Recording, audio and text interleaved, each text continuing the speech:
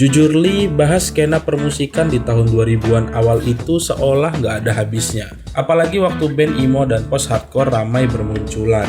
Nah, di tengah gempuran musik emo pada saat itu, salah satu band emo yang saya dengarkan adalah Escape the Fate, sebuah band asal Las Vegas, Amerika Serikat yang terkenal lewat lagu-lagunya yang berjudul Situations, Not Good Enough for Truth in Cliché, Harder Than You Know, dan masih banyak lagi. Selain itu, band ini juga cukup mudah ya saya ingat waktu itu, karena meskipun mereka ini band emo, tapi dandanannya itu ala-ala glam rock gitu guys. Terus drummernya juga mirip Slash perawakannya, serta beberapa video klip mereka itu konsepnya selalu menampilkan cewek-cewek aduhai dan ya gitulah pokoknya.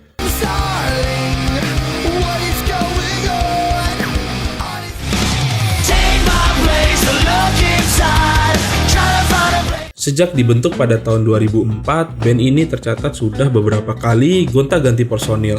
Ya, meskipun gonta-ganti personil itu adalah hal lumrah ya yang terjadi pada sebuah band besar, tapi buat Escape the Fate mereka punya cerita yang kurang enak nih soal masalah gonta-ganti personil. Yang tepatnya mereka alami ketika mengganti vokalis pertama mereka yaitu Ronnie Radke dengan Craig Mabbitt. Pasalnya, ketika mereka mengganti Ronnie Radke dengan Craig Mabbitt, hal ini memicu pertengkaran besar antara Escape the Fate dan Ronnie Radke yang bahkan sampai melibatkan para fans. Saking panasnya pertengkaran mereka, fenomena ini bahkan sempat dicap sebagai salah satu pertengkaran terbesar yang pernah terjadi di skena per-emoan pada masanya. Ditambah lagi, waktu situasi lagi panas-panasnya nih, Ronnie Radke malah diciduk polisi dan dipenjara atas tuduhan penggunaan narkoba dan pembunuhan.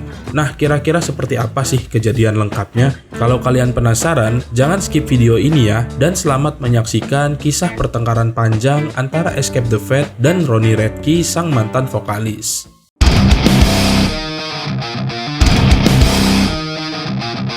Pada suatu hari di tahun 2008, tepat setelah mengeluarkan Ronnie Radke, Escape the Fate manggung di sebuah acara bertajuk Extreme Thing di Las Vegas dengan vokalis barunya yaitu Craig Mabbitt yang baru saja dikeluarkan dari band lamanya yaitu Bless the Fall. Ya, Bless the Fall ini sama-sama band emo lah guys pokoknya. Bagi seorang musisi profesional seperti Craig, mungkin ini akan jadi tugas yang normal setelah dia direkrut oleh Escape the Fate sebagai vokalis yang baru. Tapi nyatanya ini menjadi hal yang lain daripada biasanya, sebab di tengah kerumunan penonton yang hadir dalam konsernya, rupanya ada Ronnie Radke yang juga ikut nonton sambil melontarkan ujaran kebencian dan memanas-manasi fans yang hadir sepanjang Escape the Fate tampil.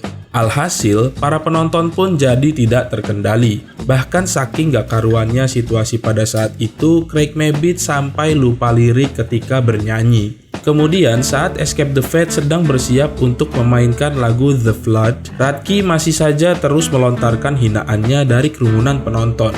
Karena merasa udah mulai risih ngedenger bacotan Radke dari kerumunan penonton, Max Green, basis sekaligus founder lainnya dari Escape the Fate, meraih mikrofonnya dan menyindir Radke dengan menyinggung soal kecanduannya terhadap narkoba yang menyebabkannya didepak dari Escape the Fate.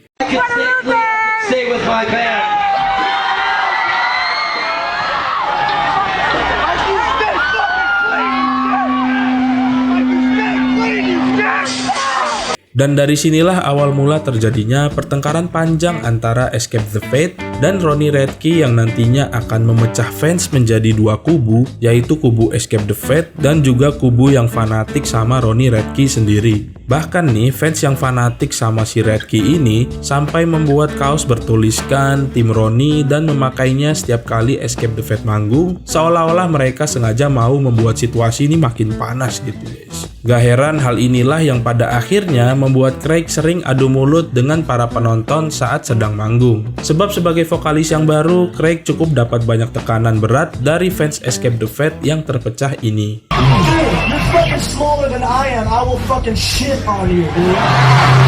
Singkat cerita, Ronnie Radke pun masuk penjara karena tersandung kasus yang terbilang cukup besar sampai-sampai dirinya menjadi buron dan wajahnya dimuat dalam berbagai media massa. Bahkan polisi rahasia pun sampai turun tangan untuk meringkus seorang Ronnie Radke nih guys, seorang vokalis emo guys. A man convicted of battery is on the run tonight. Ronald Radke was found guilty for his role in the death of 18-year-old Michael Cook.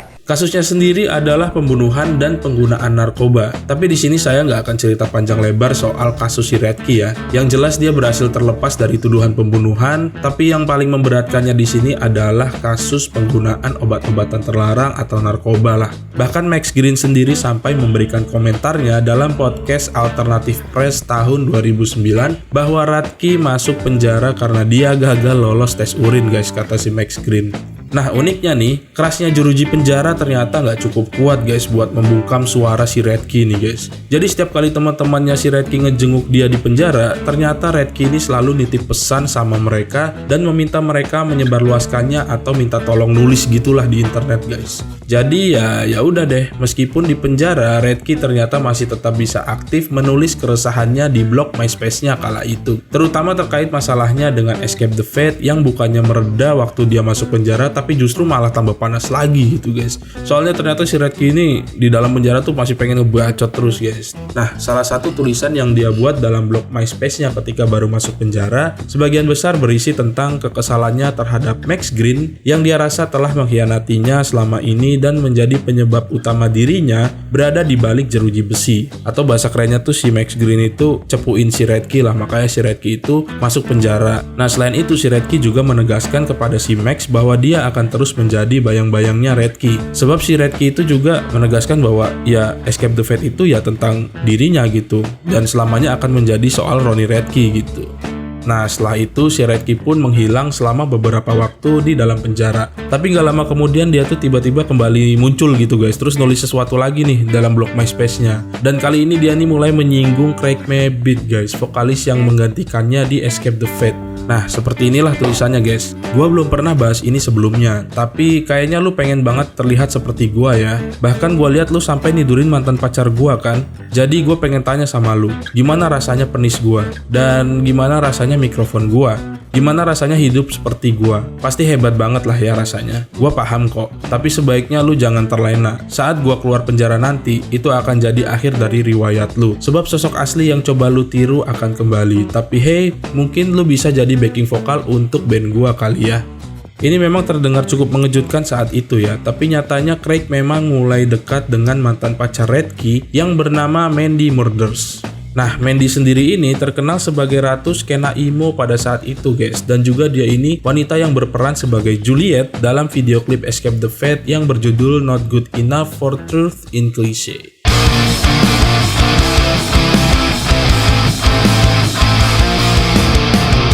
Selain menjadi model video klip, wajah Mandy juga digunakan sebagai cover album pertama Escape the Fate yang bertajuk Dying is Your Latest Fashion. Jadi kalau kalian ngeliat album pertama Escape the Fate tuh guys, yang ada muka cewek setengah itu yang matanya nggak kelihatan, nah itu tuh mukanya si Mandy Murders guys, ternyata mantan pacarnya Ronnie Redky. Nah akhirnya masalah yang awalnya cuma melibatkan founder Escape the Fate sekarang malah menyeret si Craig Mabbitt guys, vokalis baru nih kan.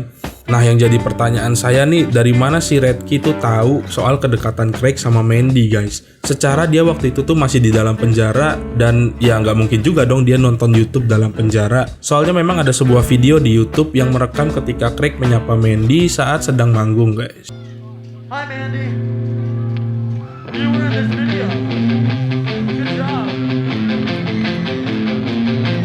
Kemudian Redky pun kembali menulis dalam blognya yang intinya sih dia lagi-lagi ngejek Escape the Fate sama Max Green lah. Terus juga ya nggak jauh-jauh dari nyinggung-nyinggung soal masa lalu lah, gimana dia dihianati sama si Max. Terus juga dia nyinggung soal Max gak bakal sesukses dia karena akan selalu jadi bayang-bayangnya. Pokoknya ya gitu-gitu aja lah pokoknya. Dan ya udah, habis itu Escape the Fate pun mulai menjauhkan diri mereka dari masalah sama si Redky buat menggarap album baru mereka dengan vokalis barunya yaitu Craig Mabbitt, dengan persiapan yang kurang dari sempurna menurut mereka ya waktu itu.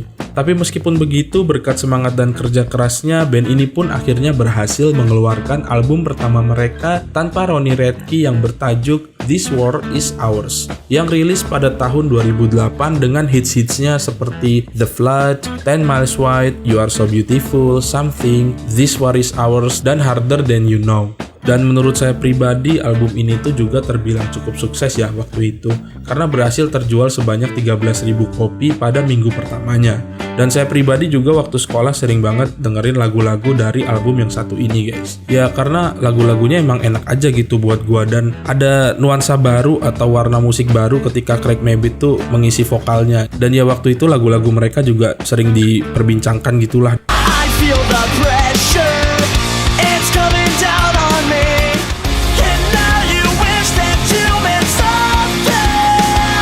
Nah, pada titik ini, Ronnie Radke juga mulai melakukan apa yang biasanya dilakukan seorang vokalis waktu masuk penjara, guys, yaitu menulis lagu dan membentuk band baru yang dia beri nama Falling in Reverse. Selain Radke yang pastinya tetap akan jadi vokalisnya, Falling in Reverse beranggotakan teman-teman Radke yang sering mengunjunginya di penjara. Nah, cuma selama Radke masih dalam penjara, band ini tuh cuma sebatas akun MySpace yang masih menantikan debutnya ketika Radke bebas dari penjara nanti. Istilahnya band ini semacam band yang masih tertidur lah, karena ya itu nunggu vokalisnya bebas dulu gitu. Dan akhirnya waktu pun berlalu, Escape the Fate menggelar tour dan Radke tetap di penjara sambil sibuk nulis lagu. Nah sayangnya nih, masalah antara Escape the Fate sama si Ronnie Radke yang tadinya tuh udah mulai mereda seiring berjalannya waktu dan kesibukan mereka masing-masing mulai dibuat panas lagi, dan kali ini gara-gara celutukannya si Craig Mabbitt guys di atas panggung. Kalau kata orang dulu sih ini namanya luka lama berdarah lagi guys, emang si Craig Mabbitt nih bacotannya kan. Fucking you missed the old singer. He's locked up in Nevada. Go suck his fucking cock, you faggot. And by the way, anybody hoping to hear new shit from Ronnie Radke, he just got with heroin in prison, so he's staying there for a very long time. So fuck off. Fast forward ke tahun 2010, sebuah tahun yang cukup besar bagi Escape the Fate, di mana mereka dikontrak oleh sebuah major label yaitu Interscope Records. Dan pada tahun ini pula mereka sudah tidak lagi mengumpat atau bicara kasar di atas panggung. Nah, selain itu lagu-lagu mereka nih juga udah mulai rutin lah diputar di radio-radio rock setempat. Seolah-olah drama mereka sebelumnya dengan Ronnie Radke sudah mereka lupakan. Eits, tapi tunggu dulu. Ternyata tahun ini juga menjadi tahun yang sangat besar bagi Ronnie Radke guys. Sebab pada tahun ini dia akhirnya bebas dari penjara. Dan dia tidak melupakan apa yang telah diucapkan anak-anak Escape the Fate selama dirinya mendekam di penjara. Dan ya udah deh, akhirnya pada tahun 2011 band baru Radke yaitu Falling in Reverse memulai debut mereka dengan album pertamanya yang bertajuk The Drug in Me Is You, yang mana lagu-lagunya adalah hasil tulisan Radke selama di penjara, dan hampir semua lagu dalam album ini tuh isinya cuma diss track ke Escape the Fate guys.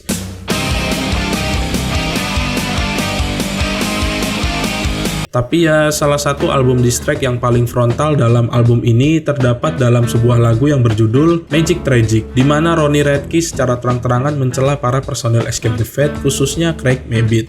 Nah selanjutnya mulai dari sini ya udah deh, baik Escape the Fate maupun Ronnie Radke sibuk dengan urusan mereka masing-masing.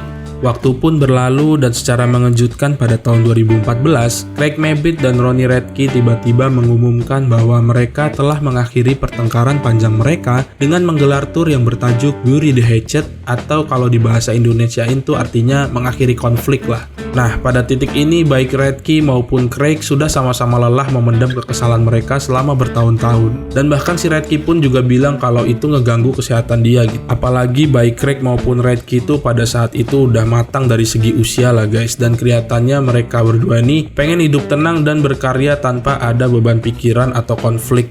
Dan ya kurang lebih seperti itulah kisah pertengkaran panas antara Escape the Fate dan Ronnie Radke yang berakhir dengan happy ending. Mohon maaf ya guys kalau video kali ini agak panjang. Oh iya, kalau kalian tertarik pengen denger lagu-lagunya Escape the Fate, saya sarankan kalian mulai dari mendengarkan lagu-lagu di album Dying Is Your Latest Fashion dan This War Is Ours ya. Karena menurut saya pribadi, dua album ini adalah dua album terbaik Escape the Fate guys. Karena ya menurut gua dua album ini yang mencerminkan musiknya Escape the Fate banget gitulah.